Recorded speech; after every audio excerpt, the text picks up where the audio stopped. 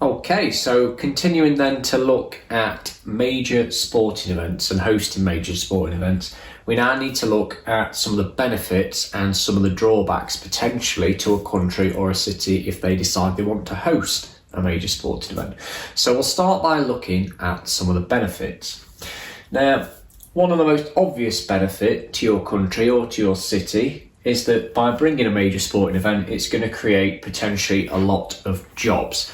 Now, there are going to be jobs before the event itself takes place because you might have to build and develop your facilities and things like that. So there's going to be a lot of jobs in the construction industry, possibly in the run-up to the event happening itself. Then during the event, you're going to need lots and lots of jobs for people who are going to help the event to actually run smoothly. So that might be sort of in the catering and hospitality sectors, things like that. You're also going to have obviously a lot of sports specialists there, potentially a lot of people involved in sort of the judging and the running of competitions and things like that. And then once the event itself is finished, it's quite likely that some of these jobs are going to remain, hopefully within the local area, because a lot of these new facilities and things that have been built are going to need upkeep. So there's going to be jobs kind of attached to that, okay, as part of the event's legacy. The next thing then is investment. Now, if you bring a major sporting event to your country or your city, particularly if we look at it from the point of view of a city, let's for example say if somewhere like Derby or Nottingham managed to somehow secure the Olympic Games to come to their city, it's highly unlikely, but if that was the case, then there would be massive investment in those cities, because as the cities are at the moment, they wouldn't be able to host the Olympics. It would be impossible because they haven't got the infrastructure. Infrastructure meaning all the facilities and things that they would need for that event to actually take place, and for people to either be able to get to it and kind of move around the city and things.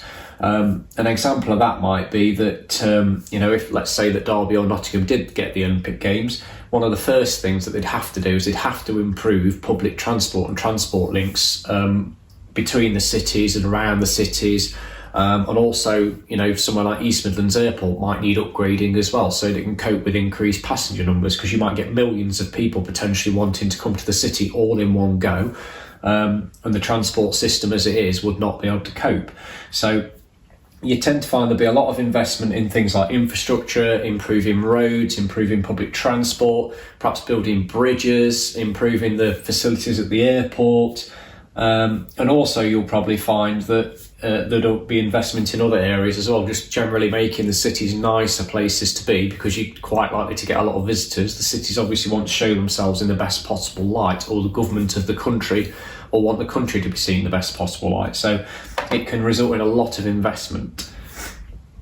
Another benefit then is direct and indirect tourism. Now, direct tourism is quite an easy one to explain, and that's basically if you've got a big event on in your city or your country, you will get people from all over the world. If it's a major sporting event, all over the world wanted to come to it. So that's an example of direct tourism. So that's people who have bought tickets to perhaps come and watch a game or something like that, and they come over on an aeroplane from another country, and they spend a few days in the country, obviously come and watch the game, but also they'll be over in the country spending money in things like hotels, restaurants, bars, etc, etc.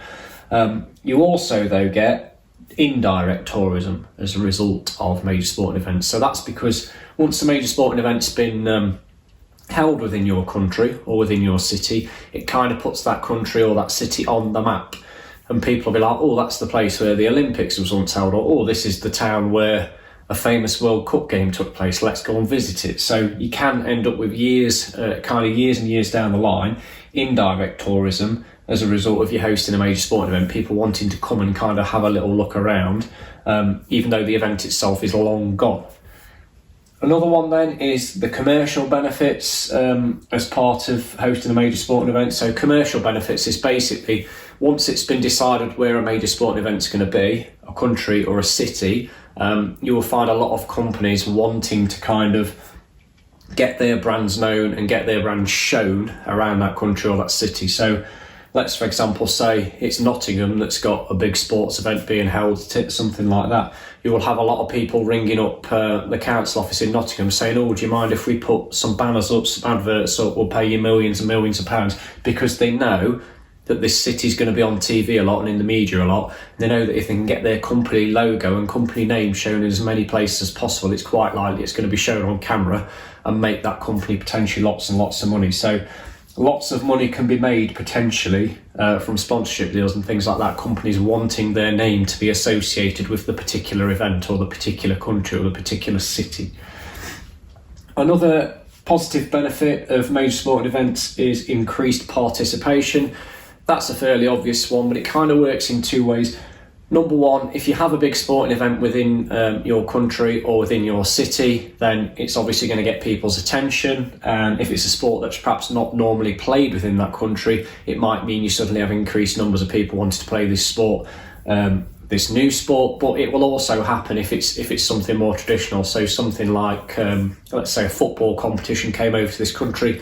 We like to think of ourselves as being a fairly footballing nation, but even so, if we hosted a major football tournament, you would find participation in football would start to go up, and you get lots and lots and lots of people wanting to join their local clubs and things, far more so than if the event hadn't happened in the first place. The other reason you can end up with some increased participation is because it might be that new facilities have been built for a new sport. So if you host the Olympic Games or something, it might be that you've got to build a 50-metre swimming pool or a basketball court that wasn't there before, and that then means that there can suddenly be a swimming club or a basketball club or a volleyball club or something that didn't exist previously, and that will therefore increase participation in those sports. That kind of links into what I was going to mention next, which is sports facilities. Obviously, when a big event is held, you need world-class facilities, and that's going to mean, for the most part, they have to be built from scratch, particularly if it's something like the Olympics. There's not many cities in the world where you could just turn up and host the Olympics there because they've already got everything that they need. Even when the Olympics came to sort of London in 2012, they ended up having to basically build virtually everything from scratch. There were not many facilities used in the Olympics in London 2012 that already existed or were already there. They built everything all in one place, purpose-built, and the knock-on effect or the benefit of that was it meant that that area of London now has world-class sports facilities, and most of them are open to the public to be able to use. Another benefit is what's known as national pride, or basically morale. This is quite a strange one to explain, but basically, and I'll kind of think back to London 2012 with this, which when you guys were a bit younger, obviously London 2012 was going on, you may not remember much about it, but certainly within my lifetime, I remember a very strange feeling when the Olympics came to London in 2012, and it was a very nice summer that year, and basically the Olympics were on telly kind of all day, every day, but because everything was kind of being broadcast in this country, people were just kind of tuning in and watching all sorts of different things. And we were actually quite successful within those Olympics. And as our athletes were doing things like winning medals and winning competitions and things, it literally gave us a sense as a nation of national pride. And generally people, like, as you were walking down the street, everybody was like dead happy and dead smiley and saying hello to each other. Everybody seemed to be in a good mood. So basically it raised morale. A slightly stranger, more local example of that is if you speak to people who work at like Rolls-Royce and things in Derby, they say that productivity at Rolls-Royce in Derby goes up on a Monday morning by about 5%. So people work about 5% harder if Derby County win their football match at the weekend.